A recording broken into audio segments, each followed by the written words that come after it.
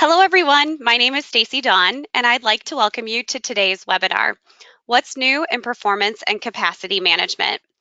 Vityl Capacity Management is an all-in-one solution that makes it easy for organizations to proactively manage performance and do capacity planning in hybrid IT environments. Vityl's built-in workflows allow you to do all of your capacity management activities, monitoring, tuning, root cause analysis, and predictive modeling within one user interface. In this webinar, you'll learn how to simplify performance and capacity management. If you have questions throughout today's presentation, please submit them via the chat box, and we'll do our best to answer them before the end of today's session. Before we get started, I'd like to introduce today's presenter, Per Bauer. As Director of International Solution Services, Per is responsible for the delivery of help system services to customers worldwide. He conceived and is the author of our capacity management maturity model and has presented papers on the subject all over the world. Per has a combination of deep practical experience along with an understanding of the business drivers for capacity management, contributing to his role as a thought leader in the industry. Per also sits on Help Systems Product Management Steering Committee, giving his insight of real-world needs and translating that into deliverable products for the market. With that, I'll hand it over to Per. Welcome, Per. Thank you, Stacy.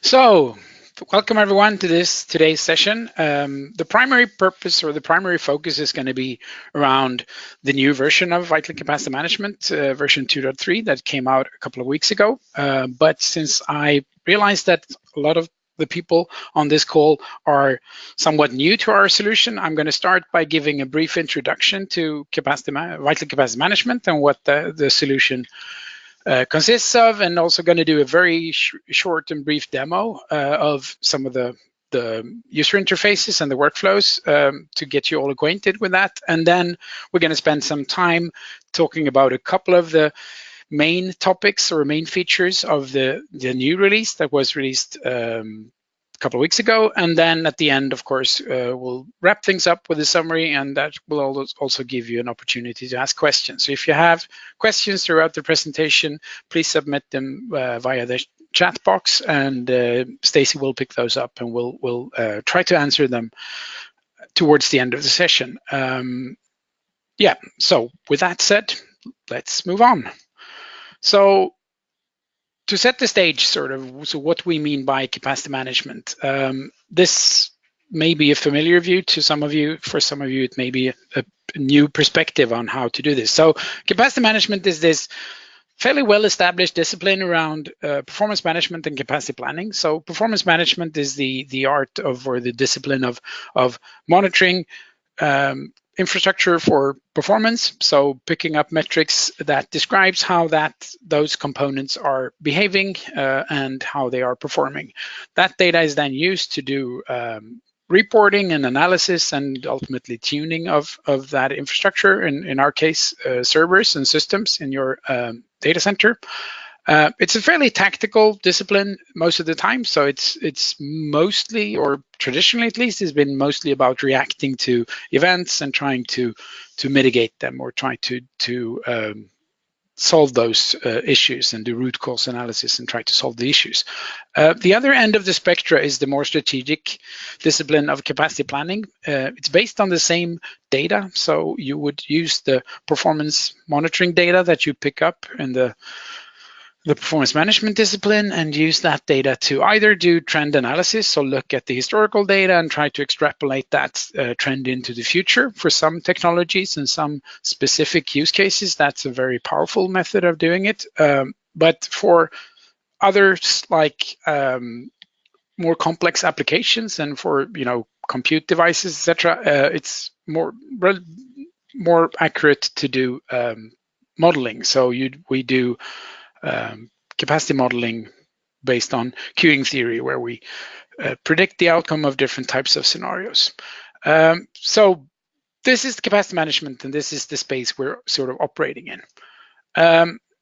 Capacity management or capacity optimization has evolved over the years. It used to be a fairly reactive discipline where most of the focus was on doing manual investigations, pulling together tiger teams and trying to find the root cause or try to deal with performance problems in the environment.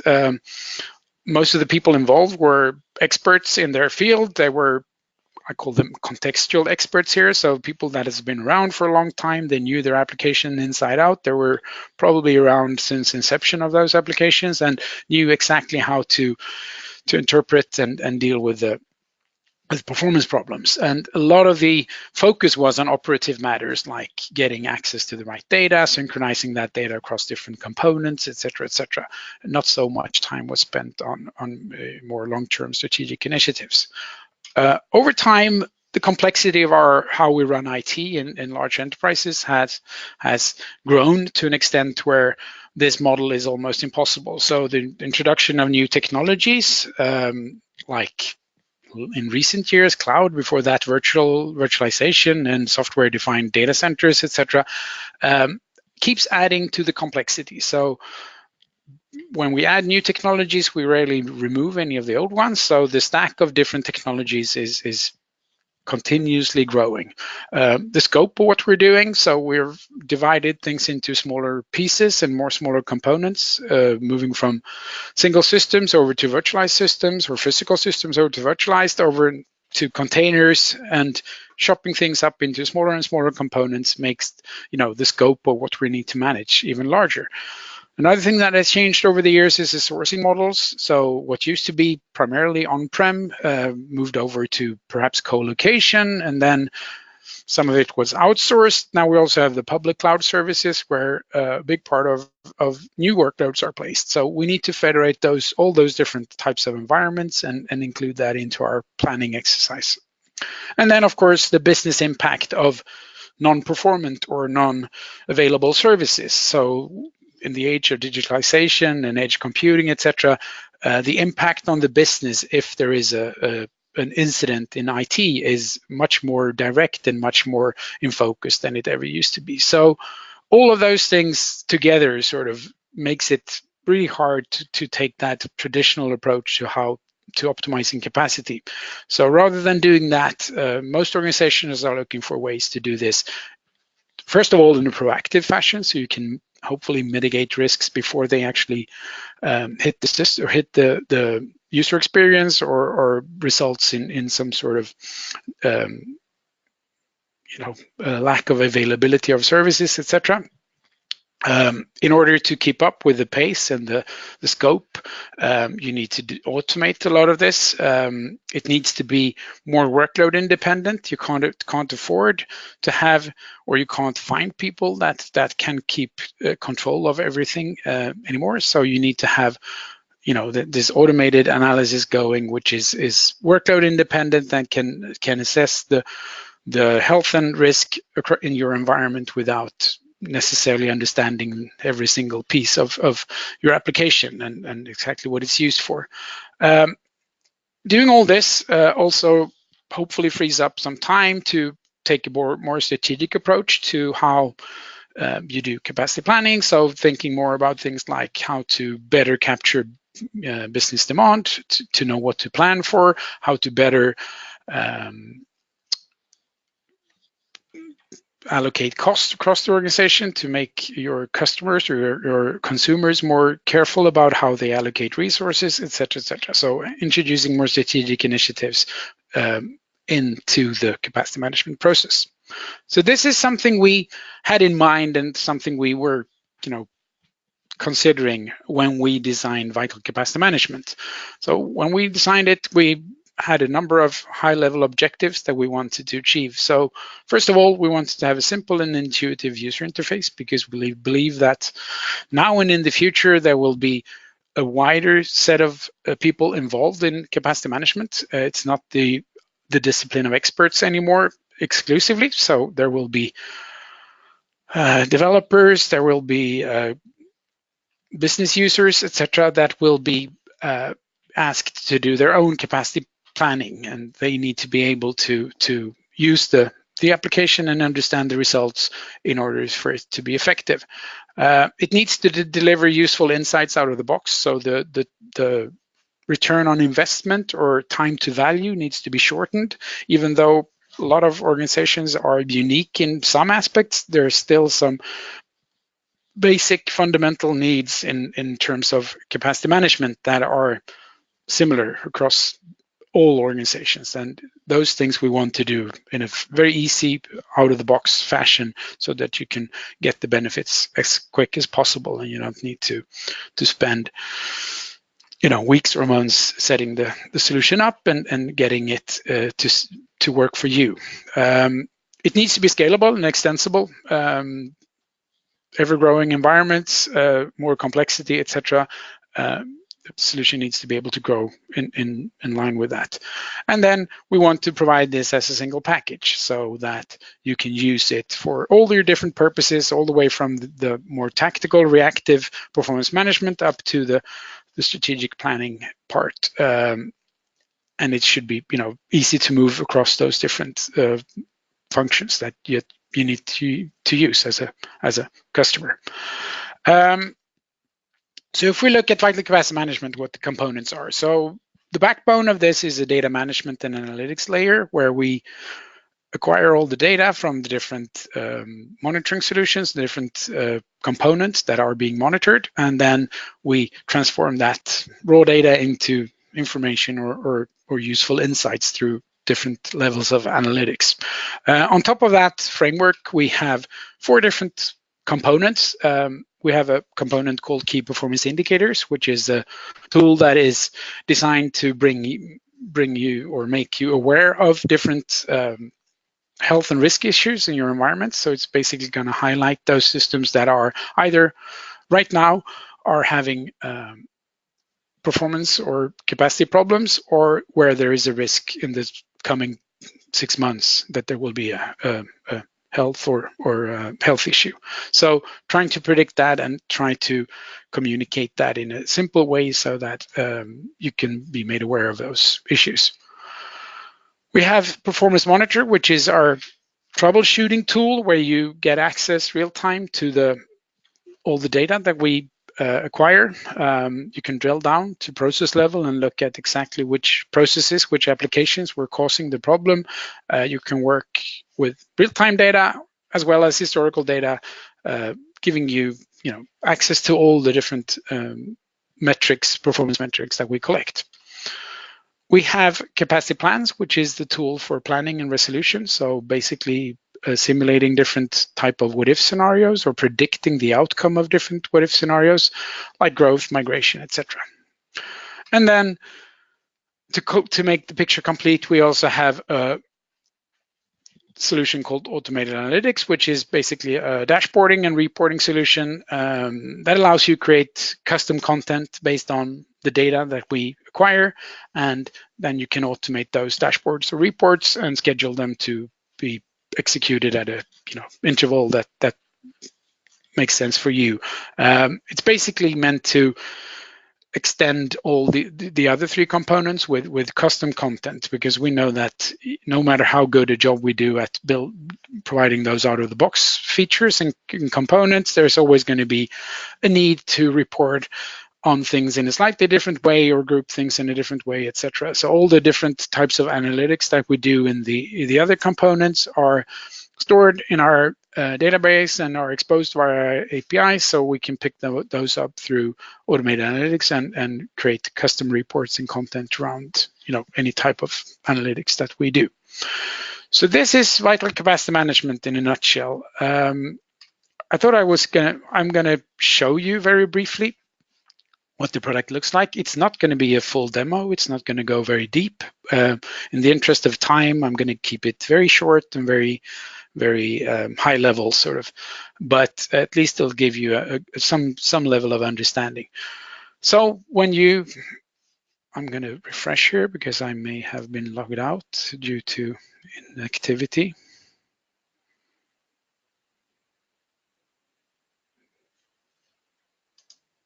Okay, there we are. So when you log into Vityl Capacity Management, this is what you see.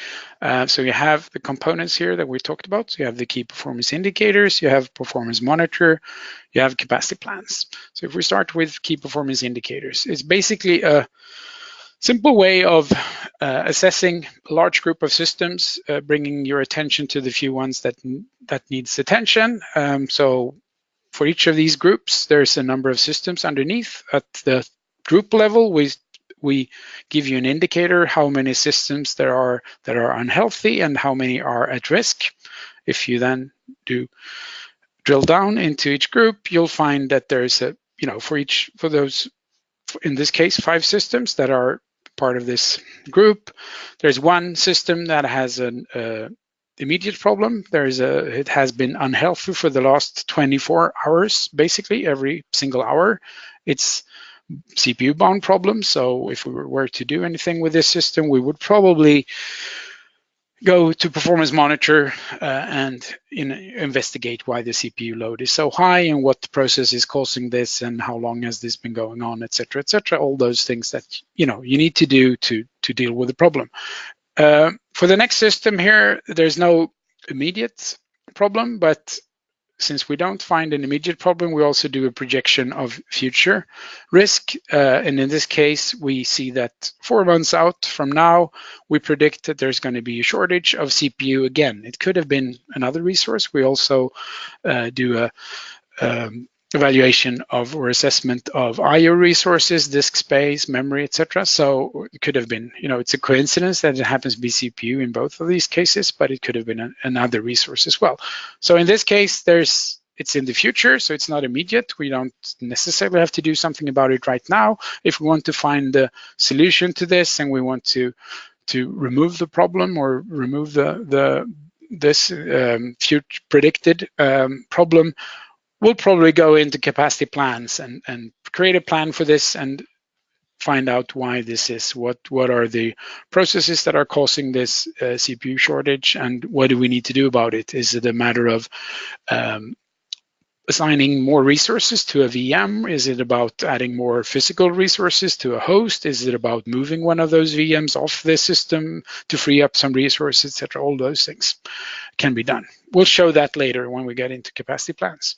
But this is basically a solution that is meant to bring attention to those things. It can also operate on public cloud resources as we see here. So these are all systems running in, or instances running in AWS, and we do an assessment of those. All of those seems to be doing fine. There's no risk within the 6 coming months.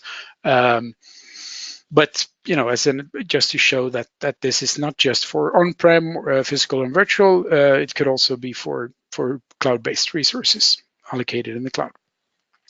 So this is key performance indicators. The other component we talked about is Performance Monitor. This is the tool for looking at detailed data about a specific system. When you enter Performance Monitor, you're presented with a search box where you can basically just insert the name of the system you want to look at. So the more text you add here, the more you narrow the search. And in this case, we'll pick the first one here, which is a Linux, physical Linux box running. You can look in detail what the system is doing. It's a Red Hat Enterprise Linux. It's actually VMware Guest, sorry. It's not a physical host. So it's a VM Guest running, or a VM running inside VMware. And here you see all the different metrics that are of interest for an operating system from an operating system perspective. So you have, on the left hand, you have a panel showing CPU, memory, disk I/O, disk space, network processes. For each of those components, there's a set of charts that shows metrics that could be of interest. If you want to know how to read this data or read this chart and what to make of it, there's an explanation for each of those. So no matter which one you're looking at here, you can always get an explanation and some background information, sort of.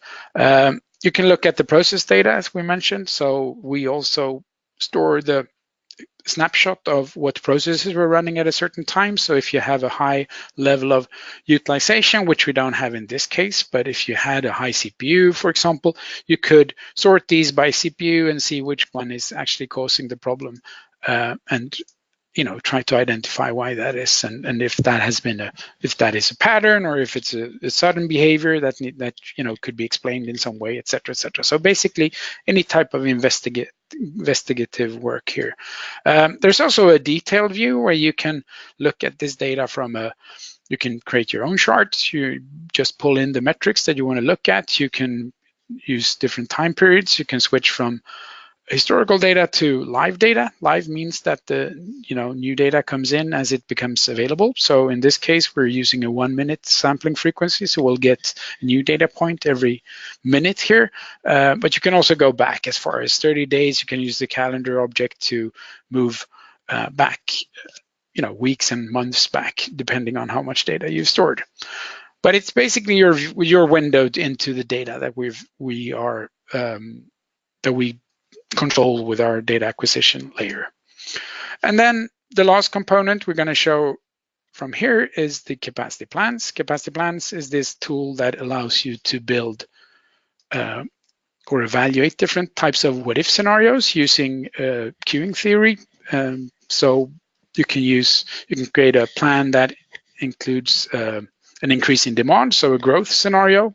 You can work with virtualized environments, duplicating or adding new VMs to a host or a cluster of hosts and evaluate the impact of that. You can also move across different types of platforms. So you can move from a legacy on-prem, say, IX platform over to x86 and evaluate what the impact of that and how those different platforms compares, both from a CPU and an IO and a operating system perspective. You can move from virtual to cloud, from physical to cloud, so you can evaluate the impact of moving an on-prem workload over to a cloud instance of some sort in a public cloud provider. So any type of migration in any type of direction can be simulated here. And it's being done in a very thorough way. I mean, we're replacing the components of those systems. So it's not just a simple translation with a translation factor between two different platforms. It's actually inserting those new components into the model and rerunning the model based on those new components. So it's a much more accurate way of predicting it. So to illustrate how this is done, so let's do a quick one where we do a growth scenario. I'm not going to spend a lot of time here, but just showing some basic capabilities. So we'll find one system here. So you can also add a group of system. We use the same grouping as we did in key performance indicators. So you can see here that it's the same groupings that we had before. So you can insert a whole group of system if you want to do that. Those groups could potentially represent an application, for example. And then I'm not going to do that. I'm going to use a single system. You add a number of, or a planning horizon. So how far into the future you want to plan. 6 months is good enough for us at this time.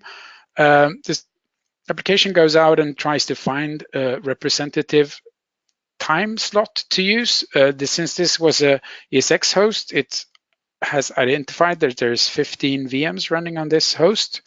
It selected a time based on some algorithms that we have that looks for a worst case scenario that should be the best one to plan for. You can control this yourself. If you want to select a different time, you can work with the calendar object here to look at larger population of data and choose another one if you want to. And then we're going to add some growth here. Let's be pretty drastic and add like 50% because we want to see results. So I'll add 50%, and then I need to call it something. I'll call it test 1. And then I save this and run it. In the background now, the application builds this model of how this system works and then applies this growth to it. And then it shows us how this system is going to behave the 6 coming months. Since this was a ESX host running VMware, there's a number of VMs running inside. So it's the performance, the behavior of that system is dictated by how those VMs are behaving, basically. So we see each VM here, how they are behaving, and it's obvious that there's 2 VMs that are having problems with this growth that we've applied, and the rest of them are doing fine. We can get some advice on what to do with this, but as a more experienced user, you can also go into this view where you see the response time, basically, of each individual VM. So you see how much time is spent doing service, which is basically executing things or doing meaningful things on the system, versus queuing, which is every time when you ask for a resource and that request can't be met by the scheduler of the operating system because that the resource is already occupied. So you want to do I/O, but the I/O devices are busy, or you want to do CPU, but the CPU is already busy and assigned to some other process, etc. So finding the right balance between service and queuing is really the key to this. And as we see here, for those two VMs, the queuing for CPU keeps going up steadily. And at this point, it's, you know, spending 80% of your time waiting for CPU rather than doing something. And that's certainly going to result in poor performance. Already down here, it's problematic, and we would have to deal with this. Same goes for the next VM. Then for the rest of them, they have a certain amount of queuing. Some of them are doing quite a lot of I/O, but they're still doing fine. There's not a drastic, or there's no, the amount of queuing is not of concern for those. You can also look at the predicted CPU utilization as predicted I/O activity, or I/O, the percent busy in terms of I/O across this 6 months as well. So in this case, the simplest way would be to, you know, you could do a number of things. You can add more CPUs. You can change the type of CPUs on the system. You could work with the virtual machines and change the amount of logical resources or virtual resources assigned to those specific VMs. You could move one of those VMs off this system onto, for example, a cloud instance, public cloud instance. So you can create a Amazon cloud instance here and move one of those VMs off and see if that would help, etc., etc. So all those different things. I'm not going to do that here because we don't really have time for that, but you know, you get the gist of it. It's a very powerful way of interactively, iteratively working through different problems and finding the best solution to them. The fourth component we talked about was this automated analytics. I'm just going to very briefly show this dashboard that we've created, or portal. This is basically, you know, any type of custom content, any type of reporting based on your data that you have in your environment can be put here, can be put in this portal where you can schedule and publish new content on a regular basis. Data could be about anything, could be inventory data, could be data about efficiency, so finding systems that are underutilized, where they could be resources could be reclaimed and repurposed for something else, etc., etc., etc. So any type of content can be built here and in a very convenient way be published and made available to end users. So with that, I'm going to step out of the demo and go back into the presentation. So this was just a very high level sort of briefing of what Vityl Capacity Management is about. So let's move over to what we've done with version 2.3. So the story so far, Vityl Capacity Management, the first version of this came out beginning of 2018. We started actually in 17 to develop this, of course, but then we had two major releases in 2018 where we released the different components, the whole data acquisition framework in the background, the performance monitor product, the capacity plans, key performance indicators, and automated analytics. Those were the two primary releases. But this has allowed us to build a lot of architecture runway. Architecture runway is a terminology in agile, you know, when you do agile development. So basically building architecture that allows you to you know, add more features to it in a relatively easy way. And this release that came out now a couple of weeks ago, the March 2019 release, was had a lot of content for being a quarter release, but we'll continue to keep that pace for, you know, coming releases. Next release is scheduled for July of 2019. It's work in progress, so we've already started to develop that, and then that will be followed by subsequent releases. So we are going to be able to add a lot of new features and a lot of new capabilities to Vityl Capacity Management, because we have this brand new architecture that allows us to, that is very extensible and fairly easy to add new capabilities to. So what's new in VCM 2.3? The main things that we've added is we've added something we call connected workflows. I'll talk about that in a while.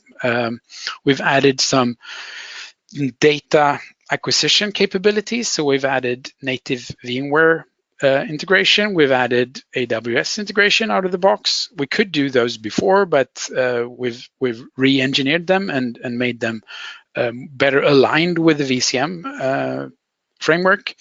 We've improved the support for third-party data sources. We've added a multi-system overlay in Performance Monitor. We didn't look at that, but you can now look at multiple systems at a time in Performance Monitor, so you can add more systems and overlay them and look at, try to identify behaviors that are unique for a specific system versus other systems that you're overlaying it with. We've added some scalability improvements, especially around the higher resolution data collection. I mentioned during the demo that our default is to do 1 minute data collection or 1 minute samples with our data collectors. We can go down to 1 second, and we've done some improvements around that. And we've also, to allow customers to easily use this 1 second data collection. And then we've also done some other tweaks and improvements as you would expect. So let's look at a couple of those bigger ticket items that are in here. So connected workflows. So basically, we've added a way to move seamlessly between key performance indicators and some of the other components. So key performance indicators is this, as we showed in the demo, this component that is supposed to identify the few systems that need attention among hundreds or thousands of systems in your environment, and to provide simple RAG metrics that describes how they're doing right now and how they will be doing in the future. We're also adding an efficiency aspect to that in the next release. So there will be another tab that shows you how efficiently a specific system is being used, or highlighting those that are inefficiently used, basically, where there is too much resources assigned to a specific workload. This can then also be aggregated up to the group level. So those logical groups could describe services or lines of businesses, geographies, etc., etc. So health is basically how did the service or the component perform during the last 24 hours, and risk is how will it perform during the 6 months based on the forecasted growth. This is calculated based on all those different components of your infrastructure or your server. We use CPU. We do based on analytical queuing network model. We calculate if there's a CPU shortage. For memory, we look at the utilization level of memory, but we also look at memory stressing, so memory management activity like paging, etc. If there is an increase in those type of activities, that's also a sign of something with a bad sign in terms of memory. We do I/O performance assessment, so I/O throughput. That's also based on queuing network models. And we also look at disk space. So look at the current available capacity, when we also look at the cyclicality and historical patterns of behavior when it comes to disk space. All this is then combined and normalized and to create a single score, and that indicates how healthy or what risk a system is under. And then we also, if it's a risk scenario, we also assign a date for when it's expected to occur. So not just that there is a risk, but how far into the future. All these metrics are calculated constantly. So for health, we do this hourly. So we update this index every hour for the last 24 hours. So rolling window of metrics or indicators.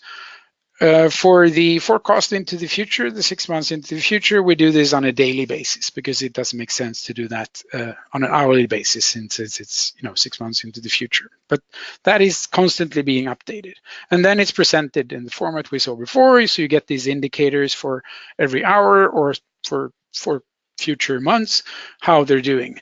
So what we've added here is a feature that allows you to directly from this each line item, you can move into capacity plans, or you can move into performance monitor. So you can create a plan. The plan will be created preserving the same system context and the same selected time period. So you will get a head start and then create a model basically on this system. So if the prediction was that there is a risk into the future, capacity plans would allow you to closer investigate why that is and what to do with it. If it's a health issue, it's more about here and now. So it allows you to drill into performance monitor. It launches performance monitor and again preserves the same system context and the same time period and allows you to hopefully investigate this problem. You can go either into the overview side of performance monitor, but you can also go into the detailed view from here. So that is working, moving from key performance indicators over to the other components. There's also a possibility from performance monitor to move into plans. So if you have a specific system in mind and you're analyzing that system and you find a certain time period that would be of interest, you can, on the lower end of the screen, you can automatically create a plan for this and move over to capacity plans using the same context, the same stuff that was used for or the same time period that was used in performance monitor.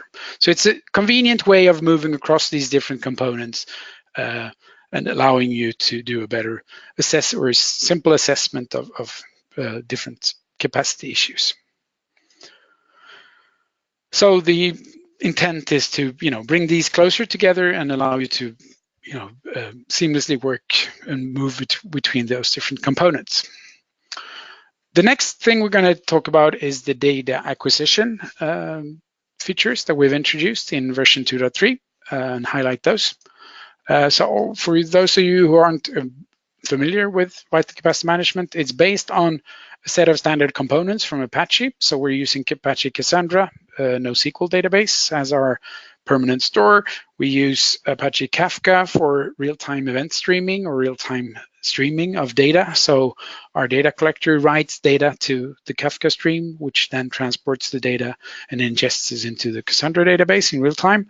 We use Storm for some computational stuff and for aggregation, etc. And we use Apache Zookeeper to orchestrate the whole thing and keep track of all the data collectors and synchronize different events across the different components, etc. This architecture is horizontally scalable. It can be clustered. It can be extended to accommodate for increased volumes of data, etc. in a simple fashion. Our lightweight data collectors writes data into this Apache Kafka event stream and ingests this into Cassandra. We have right now lightweight data collectors for Windows, Linux. On Linux, we also do Docker. And there's also a concept of plugins, and we'll talk about that in the next slide, I believe. Yes.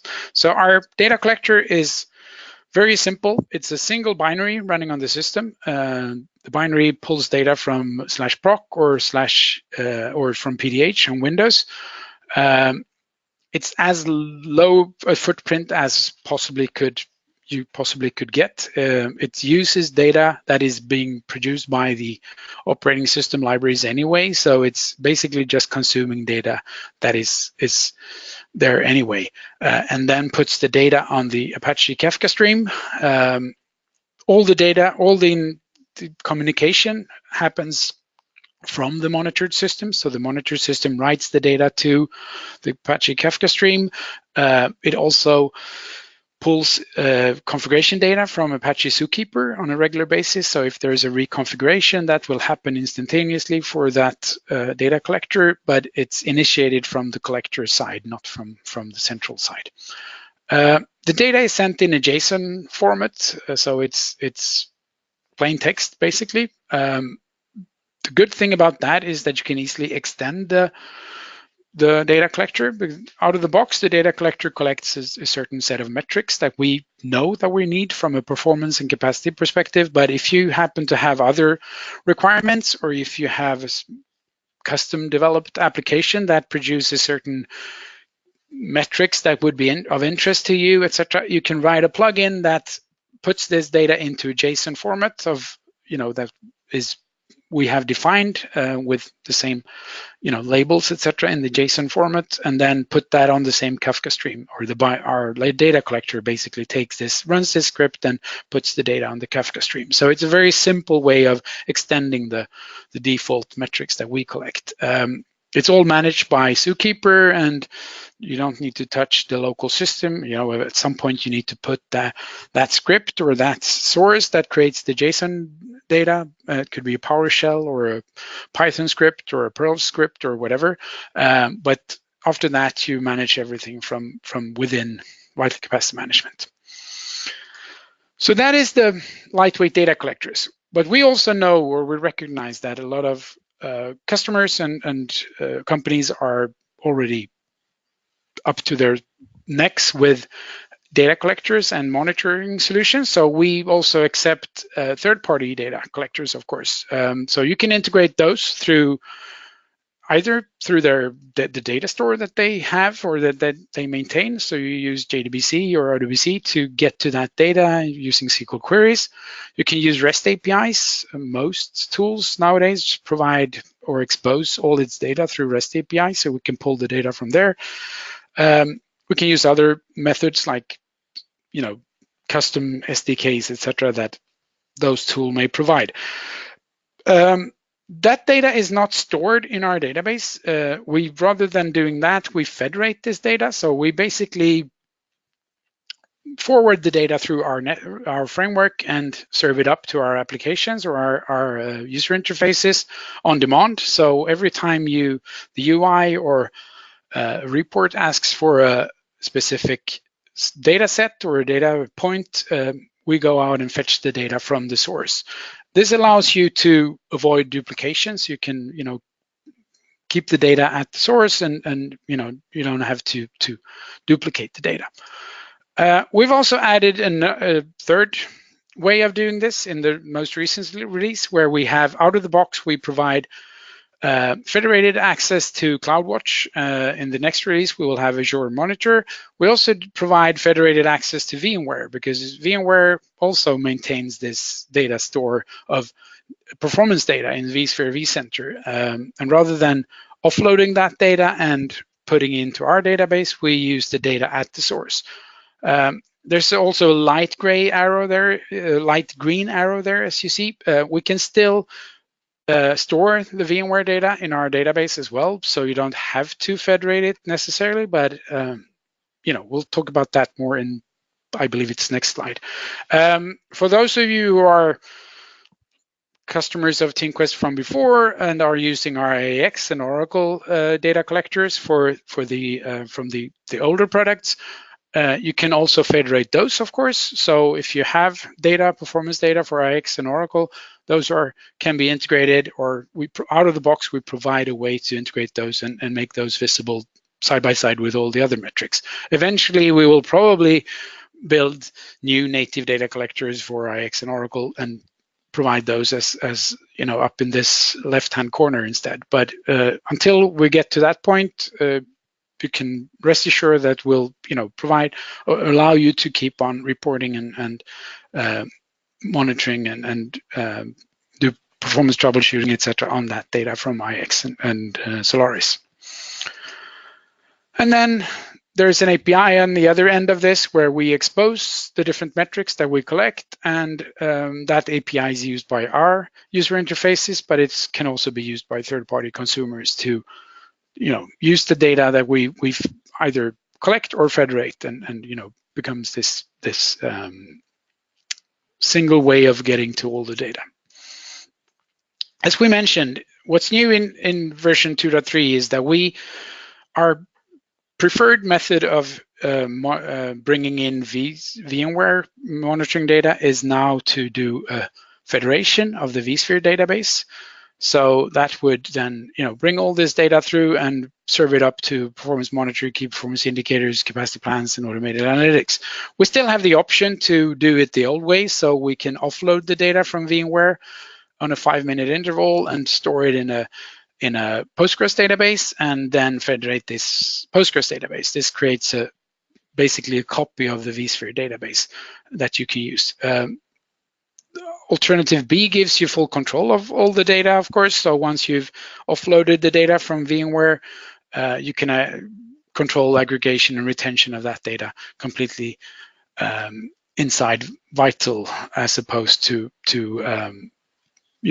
having to work with your VMware administrators, such as to set things up in a different way. So in order to use this, there's some considerations that we would like to highlight around this. So in order for us to use the federated approach to VMware data, you would have to do some minor reconfiguration from the VMware side in order to maintain the amount of historical data that we would need to do capacity management, but also to make sure that all the metrics are available that we would need. So it's only a minor configuration, and there's only a few metrics that you need to turn on that aren't being collected by default. So it's not a huge thing, but there is a small amount of reconfiguration that may be required. But there are some operational benefits of using this, federated approach. You can reduce the overhead on VMware's vSphere, because as we only request the data on demand, there won't be as much, we're not constantly asking for new data. A data collector going against the vSphere will ask for data all the time, and all the data that vSphere produces will have to be offloaded at some point, whereas we only will ask for the data when it's actually needed. This will improve the scalability, will also reduce the storage footprint, obviously. We believe that with the reconfiguration we need to do with vSphere, there is about a 50% increase in storage size maybe, whereas if you were to ETL or offload the data completely, that would at least double the size of the database, if not more. And perhaps most important, there's fewer moving parts. Since you're already maintaining this VMware vSphere performance database, there's a benefit of not having to add another one outside of that. So using the data at the source is generally a good idea, and that's what we're proposing. Also, we urge everyone to sort of take a look at what amount of historical data that is really needed, because it's very easy to forget, or it's easy to forget about the fact that, in traditional environments, physical server environments, it made sense to have years and years of historical data, because it allows you to spot trends and spot different business cycles, etc., in the data. Whereas in the case of virtualization, where you have dynamic load balancing or resource management, etc., those environments tends to change very frequently anyway. So the point of having a ton of historical data may not be there, because if you look back 6 months, that environment is probably going to be very, very different from what you see right now. So you can't make those historical comparisons anyway. So it's important to look at what is a sensible time frame to maintain in terms of historical data when it comes to VMware and virtualization. Another capability that we've added out of the box is this ability to do AWS data collection. So you can we provide an integration with AWS, where the free tier CloudWatch monitoring for AWS is very generous. It's up to a full year of data, quite a lot of metrics you can maintain, quite a lot of API requests you can do for free, etc. So it doesn't make sense to offload this data and store it in our database, we believe. So it's better to get the data from the source. So we collect, or we provide or expose about 25 metrics across CPU, disk, and network for that CloudWatch instance. If you also have S3 storage in AWS, we're going to provide metrics for that as well. So then, based on that, you can do create your reports, create your dashboards, etc. As we saw before, KPI picks up AWS data and does a high-level assessment of those instances and tells you how they're doing, if there's any current issue or future risk. Another thing we've added in version 2.3 is that we do a better job in supporting third-party and federated data. So if you use the right naming standard and the right template for when you integrate that data, it will now show up in all the different user interfaces that we provide out of the box. So you can mapping onto those predefined names, all the pre-built views and workflows, capacity plans, key performance indicators, performance monitor overview, etc., will be populated with this third-party data. There are some requirements, of course, especially around KPI and capacity plans.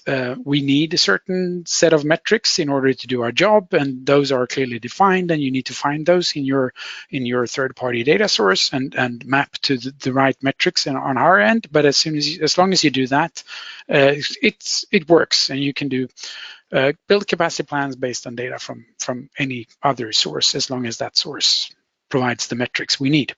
Vityl, as we mentioned before, so Vityl Monitor, or is the CMIS, the legacy TeamQuest products for data collection, is now built. The module that we use to federate that data is now using that standard. So you will populate your Vityl Capacity Management user interfaces with the old legacy TeamQuest data as well from now on. So good news for everyone who are using those, and means that you can gradually move over to the new data collectors. You can still see the data from the old ones, and you can do this, controlled migration over to the new data collectors if you want to use those instead. And then there's some other additional improvements. As I mentioned, you can do this multi-system overlay in Performance Monitor. We've simplified the deployment process to a certain extent. We've made some scalability improvements. We've made performance improvements for the high resolution data collection.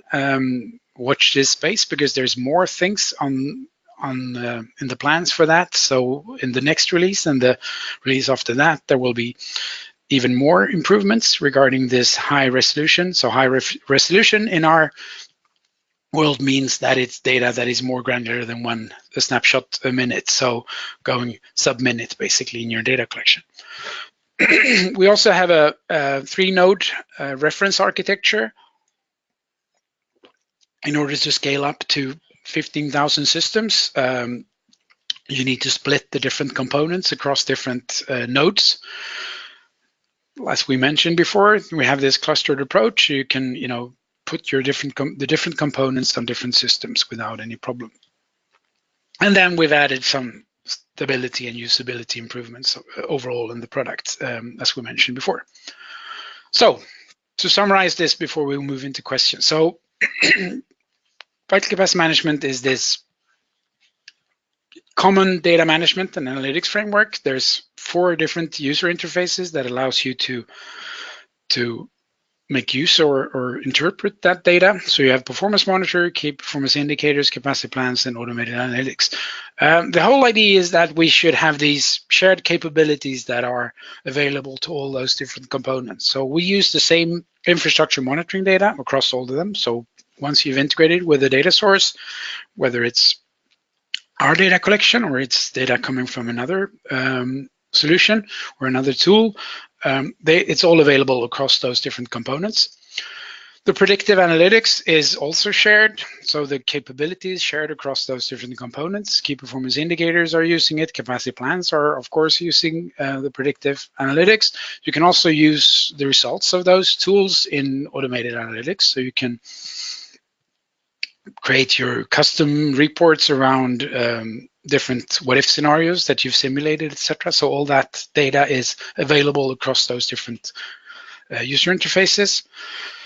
Logical groupings.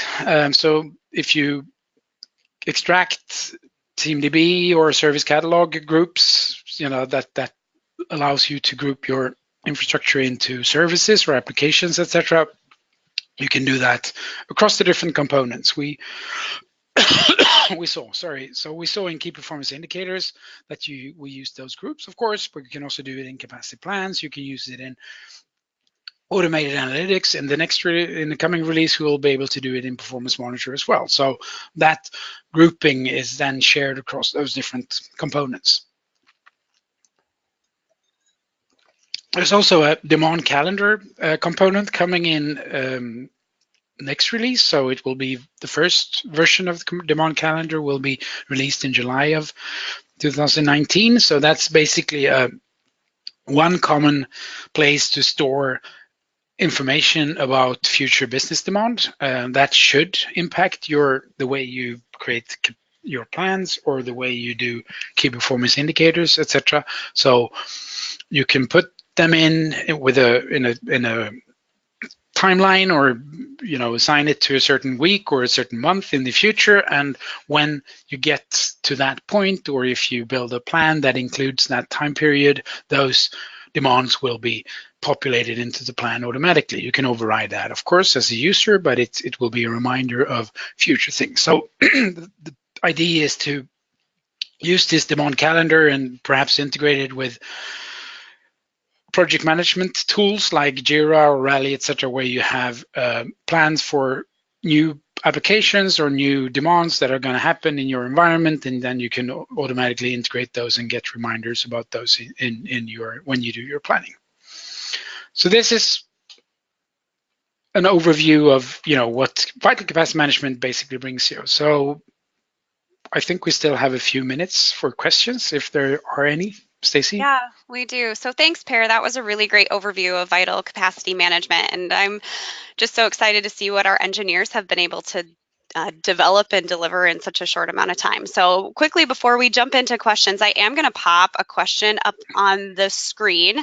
If you guys would like to see a more in-depth demonstration of Vityl Capacity Management, go ahead and click yes, sign me up, and we'll get in touch with you and get a demonstration scheduled right away. So moving on to questions, the first question that we received is, just to be clear, federating with vSphere gives retention control to vSphere and moves aggregation controls to vSphere, correct?